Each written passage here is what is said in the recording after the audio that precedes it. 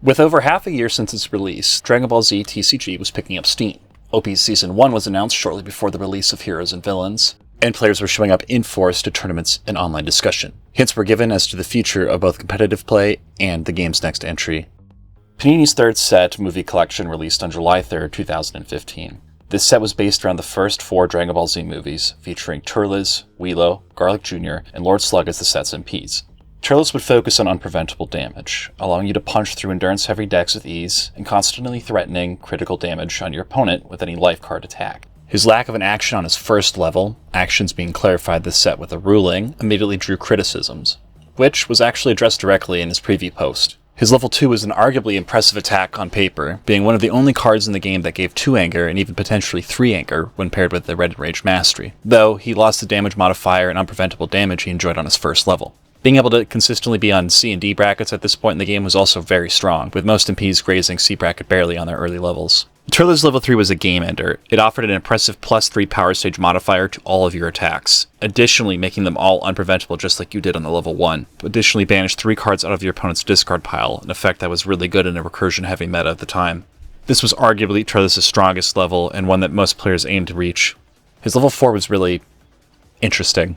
You turned off endurance for both players with a potentially massive attack for 20 damage if your opponent was sitting at full stages. Leveling in combat to this level didn't usually feel as great. Alongside the impressive stack, his name cards were seen as largely unplayable. Turles Fruit had to be on the board for a whole turn cycle before you could activate it, and then you still had to pass the combat the turn that you used it to level. Turles Energy Ring was definitely a respectable energy attack in its time, but it did not become immediately unpreventable on Turles level 1 or 2. It also had no anger or endurance, and had to hit to really do anything. After this set, I don't recall ever seeing anyone using either of his name cards. Turles would go on to see some top cut success in the Saiyan style throughout OP Season 1, and, spoiler alert, he had a presence at the World Championship. I have a deep love for Dr. Weelo. His design is slick, and his powers are focused around another kind of unpreventable damage, destroy effects, or mill. Weelo generally had 2 paths of play, level hopping between his level 1 and level 2, or going up to higher levels to boost his destroy effects, which at the time were primarily found in black and orange. His level 2 offered an impressive +2 life card modifier to all of your attacks, and would punish aggressive decks when you drew blocks. This level, while it did not provide an attack itself, helped you push critical damage at a time when it was generally not that plentiful. His level 3 continued to benefit you if you were an aggressor, or being able to stack on multiple destroy effects. Weelo 4 is one of my favorite, and also one of the strongest level 4s in the entire game. While the card pool at the time did not offer much to benefit this constant effect, it turned into one of my favorite casual strategies to this present day. Unlike Turles, Weelo's name cards are generally well regarded at their time. Dr. Weelo's History was an event that destroyed cards off your opponent's deck, amplifying itself if you were willing to lower yourself an MP level. A common gameplay loop was to use all of your attacks on Weelo level 2 for bonus damage, drop down to his level 1 with the history card to use that power. Dr. Weelo's Revival is a personal favorite card, and one of the first in the game that had an effect when it was discarded or destroyed from your life deck. Discarding from your deck covers both when you would take it and reveal it as damage from an attack, or if your opponent used an effect that made you lose stages when you were at 0, with something like Nappa's Confidence, for example. If you use the power of Dr. Weelo's Revival, your opponent was shut off from using events their entire combat. And let me tell you, this effect crippled most Namekian decks and often a lot of black decks as well. Blue Weelo was a deck that focused around life card damage, and there was also some experimentation with black anger-based builds, these being really the only ones that you would find in the wild. He did make some top 16s during OP Season 1, but mostly faded out after this set. Garlic Jr. started the game with a -1 life card modifier on your opponent's attacks, and continued this trend through his 3rd level. He was a legitimate triple victory or dual victory MP. His stack offered protection from critical damage, anger gain, and Dragon Ball control. He flew off his level 1, but his level 2 was a little bit tricky. One thing to note is that his level 2 could gain you anger whenever any Dragon Ball was revealed from taking damage. This included your opponents. So if you played against the plethora of Black Krillin and Piccolo decks that were dramming Dragon Balls, you at times could eclipse this level in a single combat. His level 3 was one of the best in the game at the time. He was the only MP that could realistically beat Namekian in the Dragon Ball department, offering a direct capture on his level 3 whenever you gained anger. Your opponents often wanted you to level off this level as fast as possible, and since you were so efficient at gaining anger, if you got lowered by a Namek Dragon Ball 2 for instance, that could prove devastating to your opponent getting to recycle your level 3's anger gain powers. Oftentimes, your opponent waited out the combat for you to get to your level 4 to start throwing attacks. This level was a bit of an interesting minigame. While you could essentially not lose by Dragon Ball victory on your level 4, you would also die to attacks far easier, and a good Garlic Jr. player had to time out when to go for MPPV and when to stall out for Dragon Ball victory. Garlic Jr.'s Counterblast is an excellent name card, unless of course you're on level 4. It could deal critical damage, made your constant power stronger, and gave 2 anger. Really nothing bad to say about this card. That quick. I guess I just wish it wasn't banished after use. Dead Zone, it's a bit more complicated.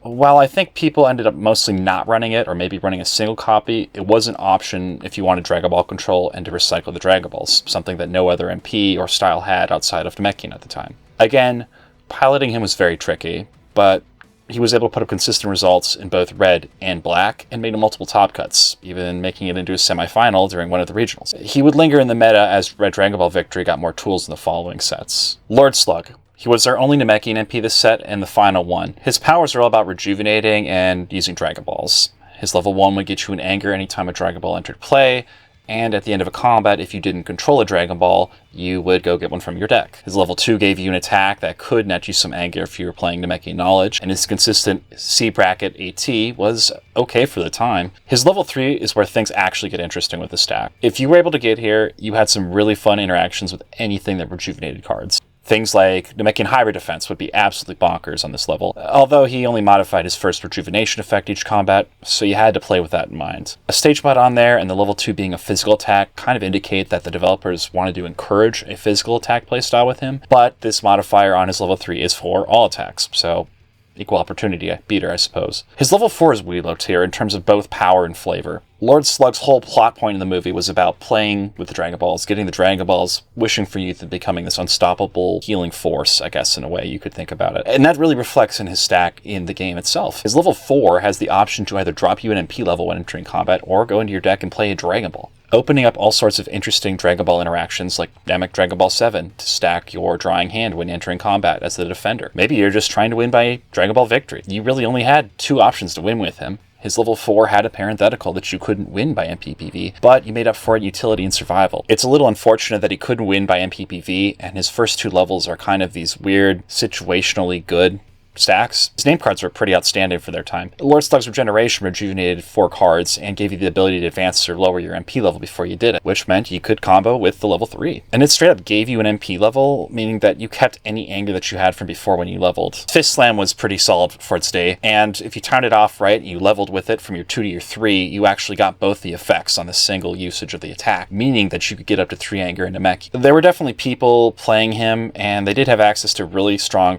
villain cards like Stare Down and Villainous Visage. Movie Collection had a total of 8 new allies coming out, an even split between heroes and villains. The hero allies were more segregated into great tech effects, while the villains were a mixture of oddities. Roshi was really strong against pretty much every meta deck in the game, and still is. A mutually detrimental effect that rewards you for thinking outside of the box or building accordingly. Yajirobe gave heroes their own taste of Nappa, and he had some workarounds to allow players to still use setups. You can argue whether he's a worse Nappa or not because of this, but it's an argument with a lot of nuance. Oolong, oh man, this guy was great, and great for the game. Blue Heroes in particular really liked him. Heck, even Black Krillin decks too splashed him as a counter to Namekian Dragon Ball decks. Meanwhile, we also have Kami as our final hero ally.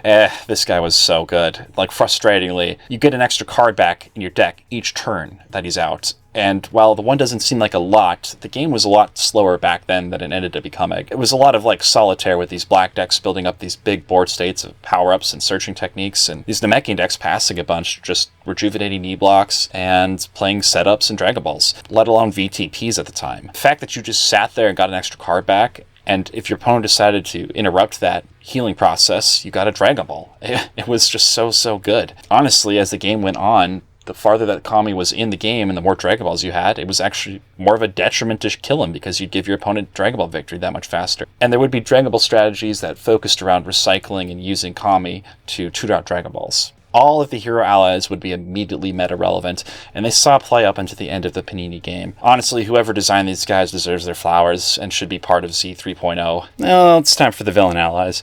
Dr. Witho's actually playable as an option for Ginyu decks to take out board cards. That was about it. For some reason, a black declaration on an ally is a banishable offense. Whatever. At least it was something you could use to get rid of your opponent's villainous fist. Oh, I guess you could just play Nappa. Huh. I guess you could use this to counter Goldo? Yeah, that's right. Goldo got a nerf this set when they clarified what an action was.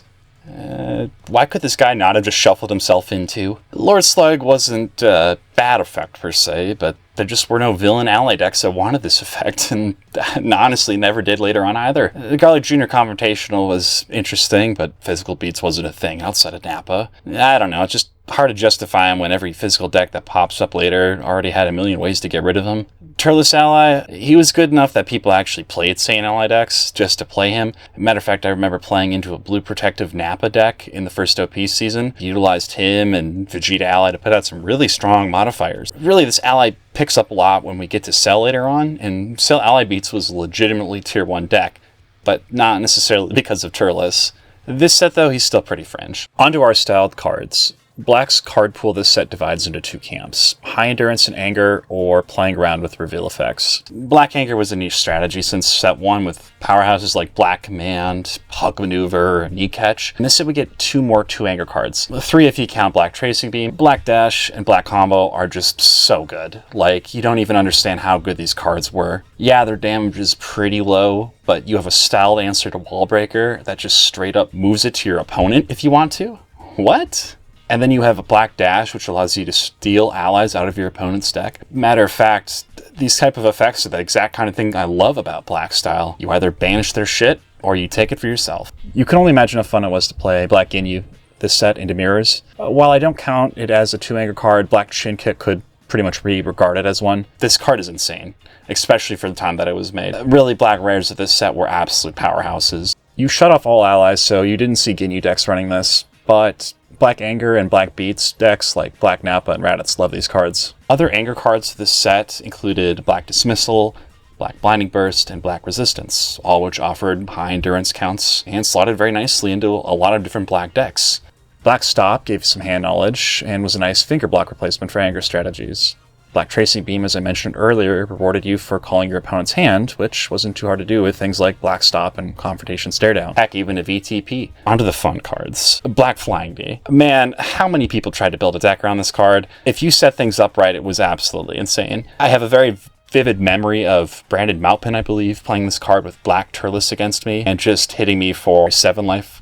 Unpreventable, unstoppable. Yeah, this was so conditional to get it off, but damn, if you ever named it right, oof. It did have some support with cards like Black Amusement Drill, which itself was incredibly conditional on how you got it to trigger. It either had to be the moment that they revealed their hand with Black Stop, or you had to hit them with a card like Black Lightning Storm. The Chopping Drill built on your mastery modifiers and even banished cards to your opponent's pile whenever they performed an attack. Now, that meant that they would banish before immediate effects, because performing the attack goes before you apply effects. This is really good against Namekian, obviously. Black Days was a confrontation that was conditional, just like Tracing Beam. However, it would replace itself and then the card that you named as well, so both players would draw a card. It was really niche and never really had a spot in anywhere after this set, but it did see some experimentation later on in the Fancy era. Black Teamwork was a legitimate haymaker. Like, it was a super fun end-of-the-game card that you set up gradually by picking cards out with things like Black Swipe and your Mastery. It synergized really, really well with that whole theme of banishing cards from your opponent's deck and discard pile. Let me tell you though, destroying 10 cards with this bad boy just felt absolutely amazing. Black Chaos. Yeah, this one was a little too cute for its time. I think it did see a little experimentation, if I remember right, though. I did see a few people try to run it. It was kind of in vain with those other name cards where it did let you double up on actions and had some really good counterplay when your opponent was playing things like Visiting the Past. It was probably slept on a bit, but definitely worth checking out. Black Dance Ball. Yeah, if you were an old head like me, you remember when people were trying to argue that the parenthetical on this card stopped Krillin's Destructo Disc. Yeah, it was a pretty good card, honestly. Black Entrance was our final black card, and it's bad.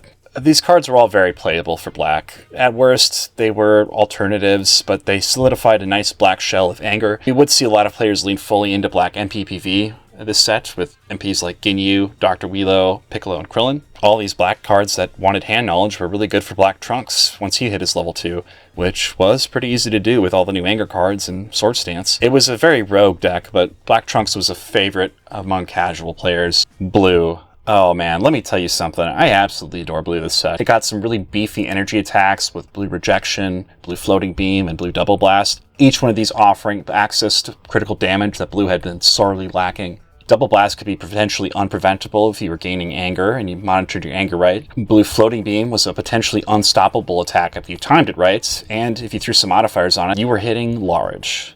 Rejection was a nice way to tie these 3 cards together. It made your next styled energy attack free, and could more than refund its own stage cost if it hit. Making your next attack not cost anything was incredibly underrated at this time, with a lot of decks casually splashing stage damage, either from Black DB's Mastery, Bird or Ally, or the occasional physical attack that would gain anger. In addition to not having the next attack cost anything and having to worry about your stage count, it allowed you to be much more selective on what cards you would use to pitch to your Blue Mastery to stop attacks. Another card that would see prolific use was Blue Slash. It was a very simple effect. If you timed it outright with cards like Blue Head Knock, you could take 6 life cards off the top of your deck, +1. This card, out of all the blue cards, probably saw the most use through the lifespan of the game, all the way into the final set. Blue physical attacks doing life card damage was further solidified as an archetype by Blue Encircled Strike. Maybe if it had also lowered anger like Blue Slash, it would have seen a bit more play.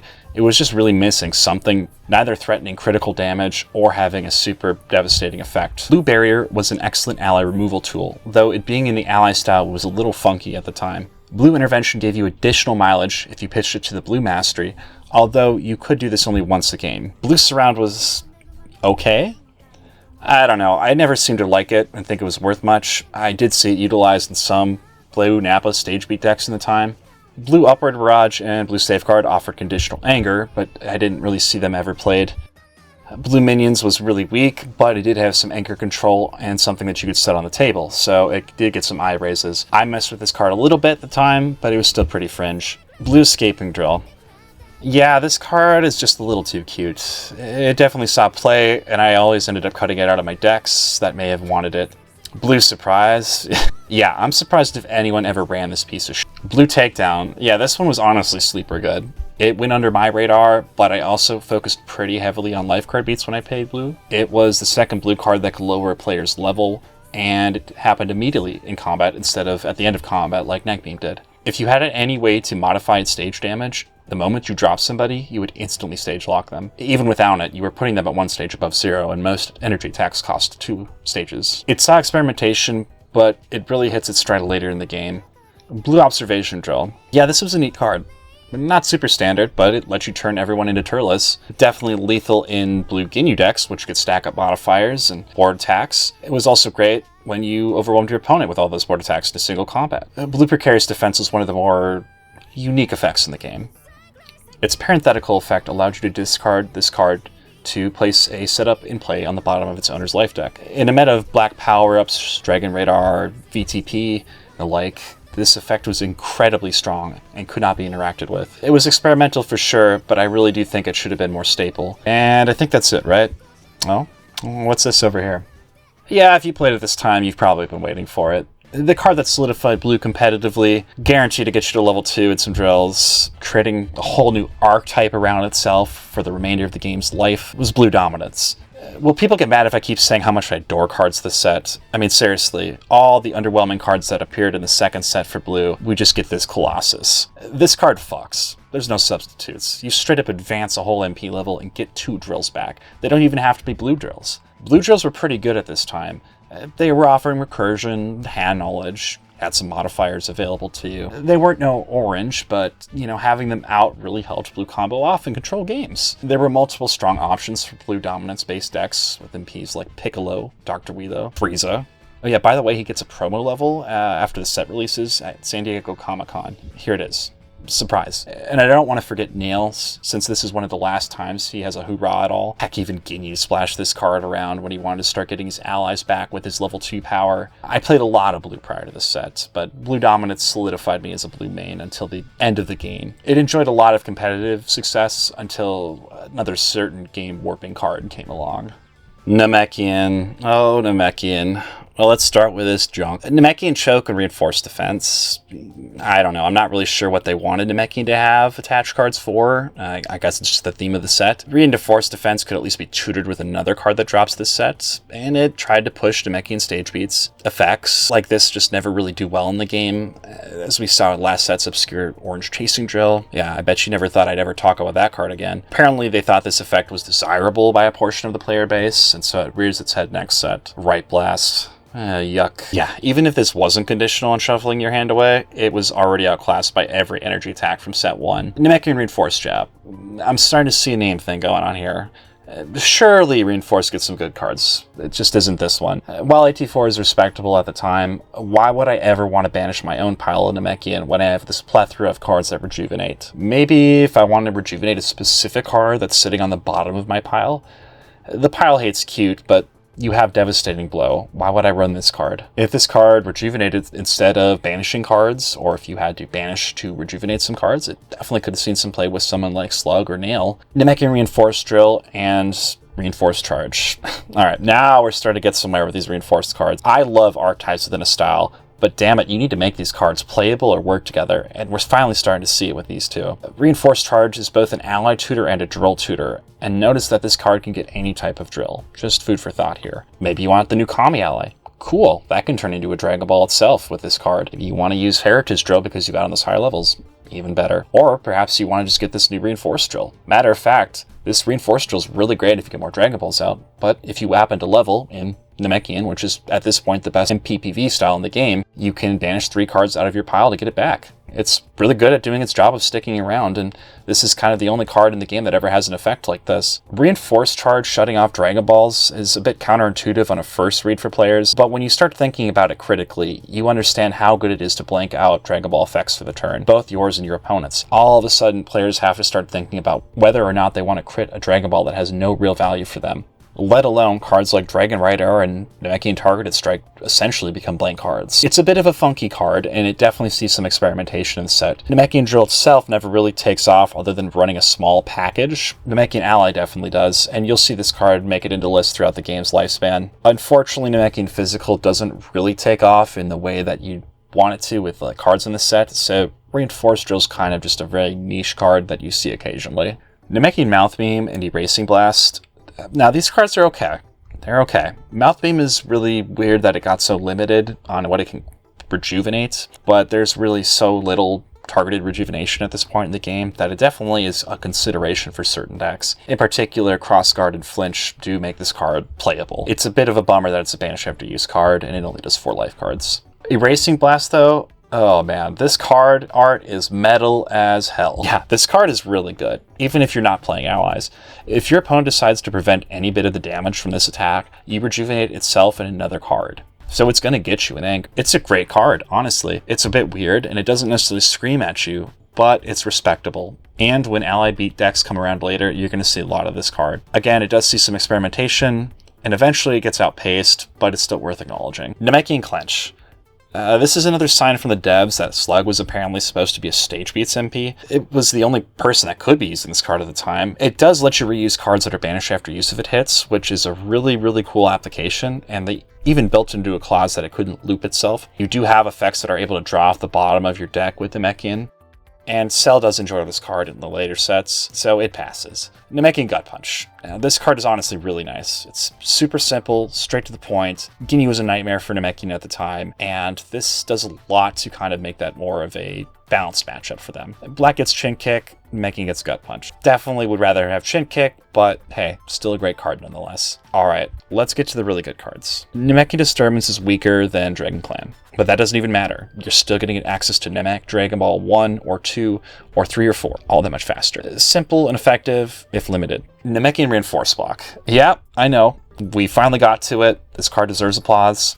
I think this card's incredible. It is in line with Reinforced Charge, where it interferes with your opponent's willingness or ability to catch Dragon Balls. So, style points for thematically matching the archetype. This card is just super frustrating and direct.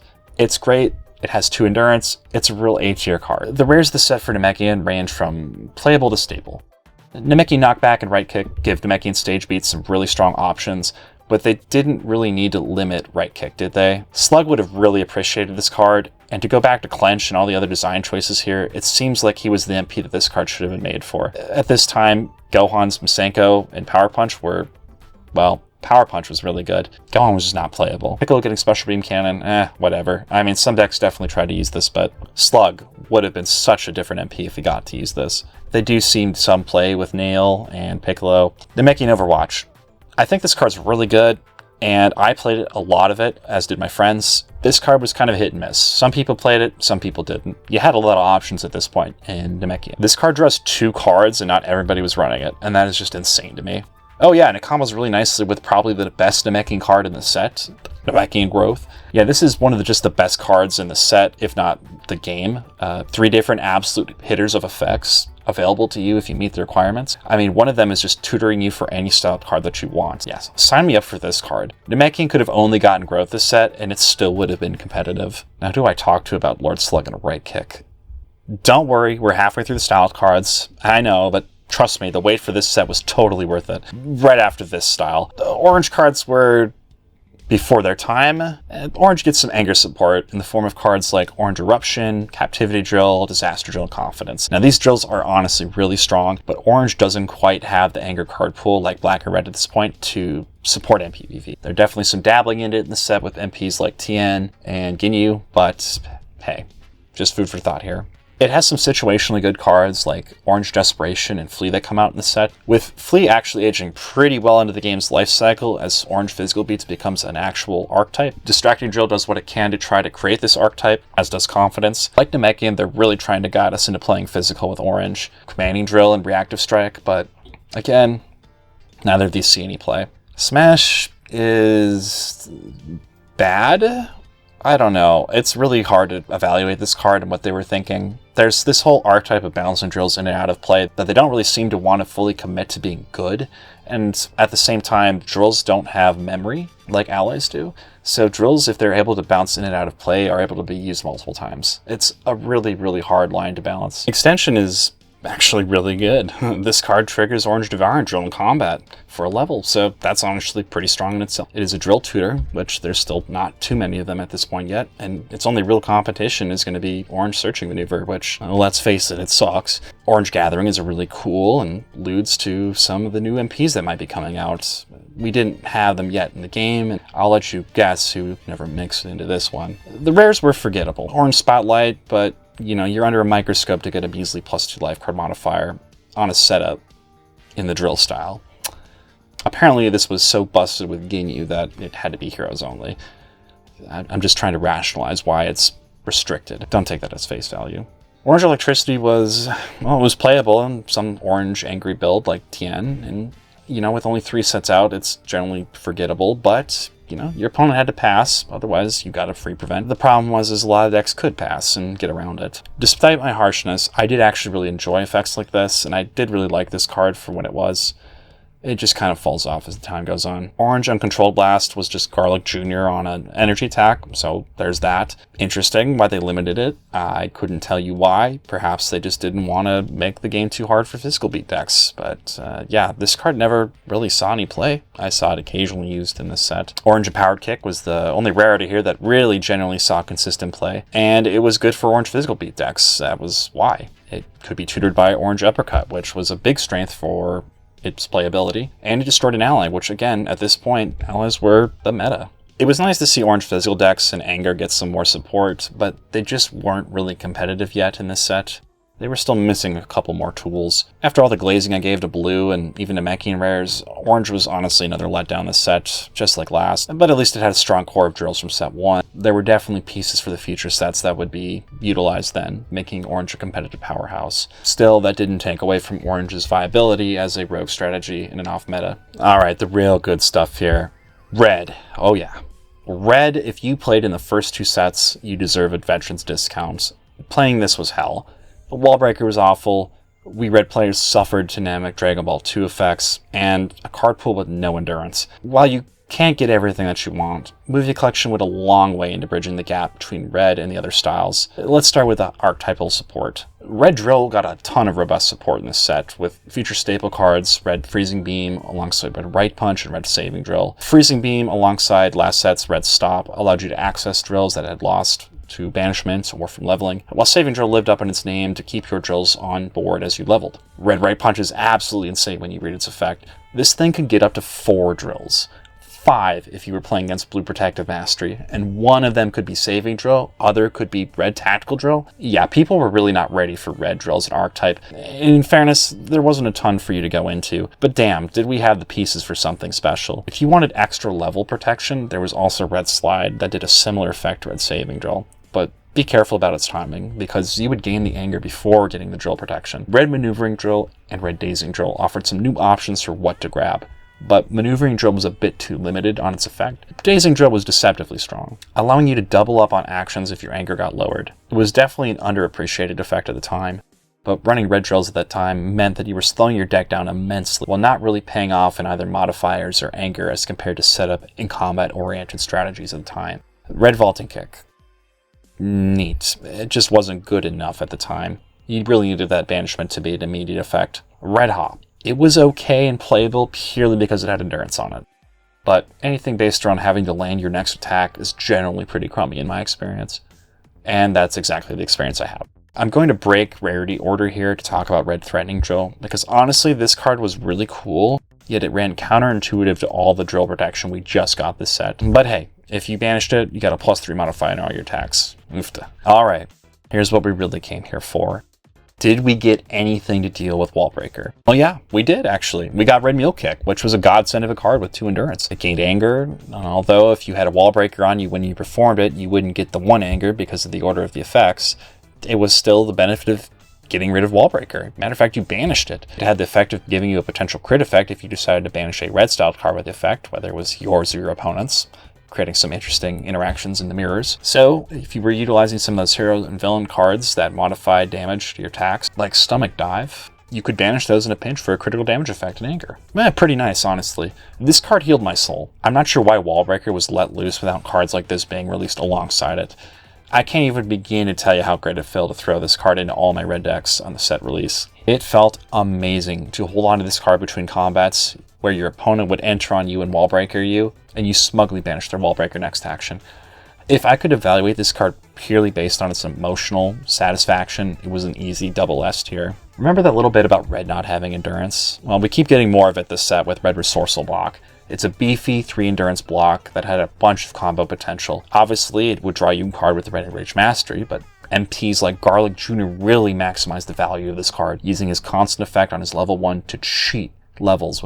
Oh, and speaking of a card with a card advantage with the Mastery, Red Trailing Blast had insane interactions with cards like Red Shoulder Grab, which itself was already a busted card. Attaching to your MP after you performed it, this card would bounce to your hand when you changed levels, at the time which you would draw a card from your Red Enraged Mastery. Now, you had the option of keeping that new card that you just drew, or pitching the Trailing Blast if it was the worst card. The best part about Trailing Blast is that you could stack multiple onto your MP, and it comboed really nicely with Red Mule Kick. Now, this card was so cool, and honestly, I really miss it. Red Tandem Attack. Yeah, this card lets you draw cards if your opponent has a big old hand with VTP or Smoothness Drill out. It did a lot to make up for the action deficit that Red needed to overcome. If Mule Kick was satisfying to play, this card was electrifying to discard.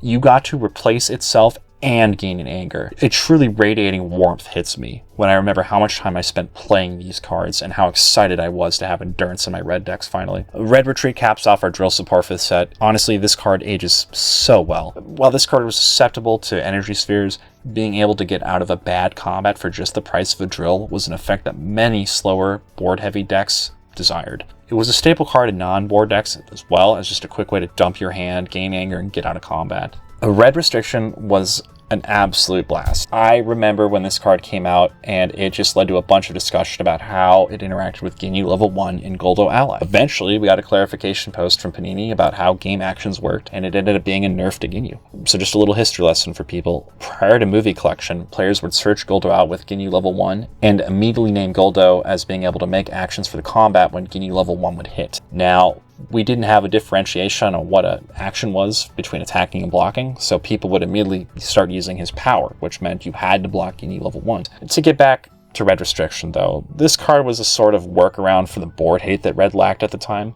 While it did have Red Energy Blast, there weren't really any good options for setups. Honestly, it needed something to contend with the likes of Namekian in black and orange. It did exactly as the name suggests. It restricts your opponent and yourself from only being able to attack in combat. Events, setups, drills, personality powers that were not attacks could not be used. Constant effects still worked, but in the metagame with Black Devious Mastery and a lot of events, this was just an absolute game changer. Sure, you didn't destroy board cards outright. essentially turning them off for a combat at times, which is still very strong. It also let you dig deep into your deck and allowed you to trigger discard effects like Red Sacrifice out of combat. It was a great card that really gave Red a further identity, and it's a shame that we don't really see this kind of effect followed up on later sets within the Red style itself. Our final Red card, and it's one of the most famous and probably the best one over the long term of the game, Red Relaxation. This card was a game changer in the same way that Red Meal Kick was, if not even more so. This card was good enough that it just made Red a competitive style overnight. An out-of-combat critical damage effect lent itself to all sorts of advantageous interactions, and often made your opponent second-guess dropping Dragon Balls or allies into you, especially if you were someone like Arlo Jr. Oh, and it drew you the bottom card of your discard pile, something that you could just manipulate on the first turn of the game. So this card saw play in every Red deck for the rest of the game's lifespan. I think you had to be absolutely insane to not run this card out of 3 of in pretty much every Red deck that you saw. A lot of people hopped on Red this set between Meal Kick and this card, and I'm happy for it. Saiyan was like Red. It was waiting for a wall breaker answer, and that came in the form of Saiyan Backbreaker. This card shuffled an attached card in play away to get a second use of the attack, and it shuffled the card away before you gain the anger from the mastery, so you did actually gain anger, unlike Red Meal Kick. It could work with your own attached cards, like Meal Kick, but it was banished after use and had no endurance. This card was limited to villains only, and heroes at least had Focused Assault. Vegeta and Turles loved this card, and one of my favorite decks around this time was Saiyan-powered Vegeta. The rest of the Saiyan card pool set is kind of a wash, truthfully. Saiyan Freedom searches for a name setup. Turles Fruit was the only name setup at the time when this card came out. Just think about that. Saiyan Charge needed you to be on your 3rd level, and I still played it because it was one of the only cards that destroyed setups. Evasion and SWAT had no endurance, but they did give you some extra rejuvenation in combat. Counter Kick was at times a bit of a redundant effect. Even if I didn't have the changing level clause, it still wouldn't see play. The whole archetype of being higher power level than your opponent was pretty much abandoned in this set, if not last set. Leaping Burst was meant to be an anti-meching card. And hey, if you met the conditions, you potentially got 3 anger on a card. Overpowering Blast had niche applications, but I do find it weird that they gave Saiyan Dr. Relo's History this set. I guess it was a nice option if you were ever spinning your wheels on your level 4 and empowered and you just wanted to go down for another action. Lunge was not good enough, but the banish damage thing had its applications. The problem was following it up with any value. It only doing 4 stages really worked to its detriment, and not having any sort of anger manipulation on the card meant that it was just really cute at best. Oddly, if you stack it alongside Frieza Ally, it just really never had the same impact. Aerial Attack. It's kind of like Red, but, you know, for Saiyan. The Drill archetype in Saiyan never really develops, unfortunately, during Panini's run, but it's still a good card nonetheless. Saiyan Headbutt's a trap. Please don't play it. I beg of you. Saiyan Studying. Okay, you would think a painful choice in Dragon Ball Z would be a very, very good card. And honestly, this card is not it. I've never seen this card pop for anything, and I'm sure you're looking at it thinking that you're going to make it work with Saiyan Headbutt. Saiyan Hanging Out Drill is one of those cards that occasionally somebody would play a deck where you get it dropped on you, you get stage locked, and then you would feel like the worst player in the entire North Galaxy. Oh, Saiyan Menace. Oof. Yeah, this card was one that a lot of people experimented with. Saiyan Rescue in this card formed a very robust backbone that horrendously punished ally players. While you did have to play around allies like Yajirobe and Nappa, Saiyan was also the style that had many ally destruction effects. At worst, this card was a form of non-stage pressure damage, and followed the theme of stage loss found in some of the first set blocks, and on cards like Saiyan Charge Fist. This card was always a fringe metaphors with MPs that could abuse it, like Raditz for instance, having some really good interactions with his level 2 and 4, even back in the first set of its premiere. Who would have thought a simple parenthetical effect would create something players would spend hours theorizing with? I even did a post for top tier DBZ during the final set of the game for a deck that was based around Menace looping. But that's a ways away, and not in the time of this video. Ultimately, Saiyan got a handful of good cards. Not overall as good as a set for them as it was for Heroes and Villains, but they did get a wall breaker answer, and they did get Menace, which alone are enough to offset the rest of the lackluster card pool. Alright, are you still with me here?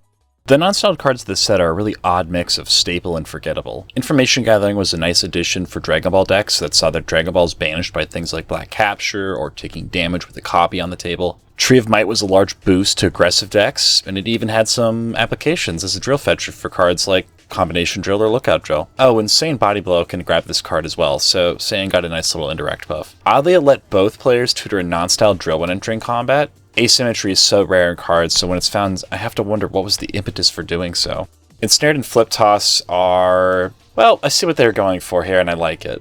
Both cards were meant to have a specific case scenario in which they were good. Even if there were no drills in play, Ensnared was a respectable AT4 physical with 2 endurance. Flip Toss was also really good against Namekian Knowledge Mastery to stop the incremental destruction effects. Attached cards really did require some fine-tuning for their balance, but the aforementioned cards all seem to have been designed with the lesson of Wallbreaker in mind. Pulverize is one of those cards that is really awesome, but as the game got faster, it slowly dropped out of deck lists. It's honestly a super powerful tutoring effect, and its reward for being the next combat was good enough for it to see play. Sagacious Strike. Oh, Sagacious Strike was great. Yeah, not only did we Vegeta players get Meal Kick and Backbreakers to play with, but we got Sagacious Strike. You can forgo the damage aspect of it entirely and make it unstoppable. I love cards with decision-making and costs. Ultra Rares in the set were a huge step up from the last sets. Both had some incredible art from the Tree of Might movie, showcasing Turles' astonishing power and domination of the Z-Fighters. True Power was a massive 10 life card attack that could not be modified, and you had to perform as your first attack in combat. And if it was stopped, you banished your discard pile. And it definitely saw some experimentation. On the downside, a lot of the decks did want to keep their piles,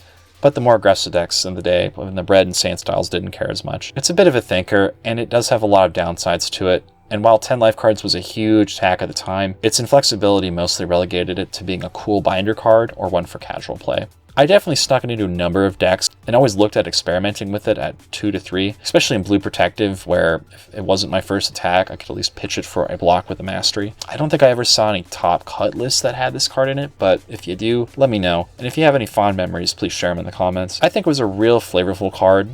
And it's kind of funny, though, that Turles is on the art but can't make it unpreventable until he's level 3. But I suppose he hadn't eaten the fruit yet, so lore accurate.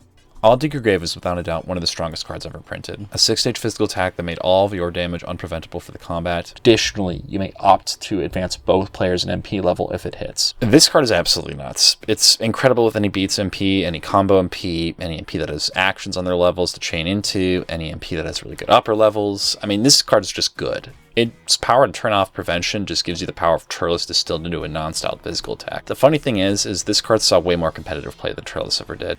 And it took his gimmick out right from under him in the same set. Heck, Dig is still good with Turles. It absolutely changed the way that most people played and gave a lot more options to decks that were trying to access their upper levels at this point in the game, especially in the styles that didn't have native anger support. You made risks and gambles based off if advancing and hitting them with extra actions was worth it versus giving your opponent an easier chance at anger victory. This card also enabled quite a few OTKs, specifically with decks like Black Ginyu where you could bring out a plethora of board modifiers. This card quickly became one of the most expensive cards in the game and a staple right behind Heroic and Villainous Energy Spheres.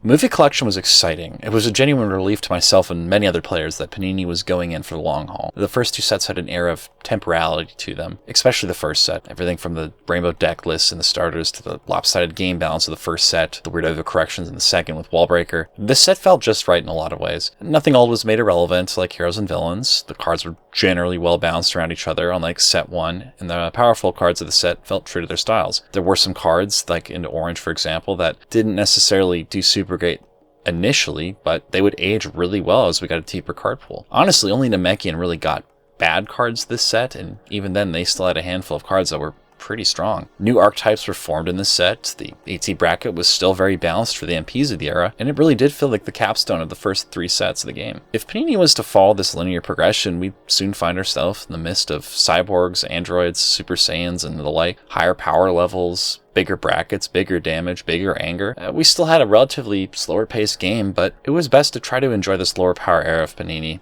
right into the kickoff of OP1. With all the new cards, how will the meta be shaken up? Will Red and Sand have competitive showings? Will Blue Dominance assert itself competitively? Will players take to the new MPs, or will they fall back onto what is comfortable? I look forward to some more gameplay, hopefully, as we get farther down in this series. And truthfully, I'm looking really forward to exploring OP1 and the results of the tournaments in the next episode. Thank you for watching, everyone. I hope you enjoy.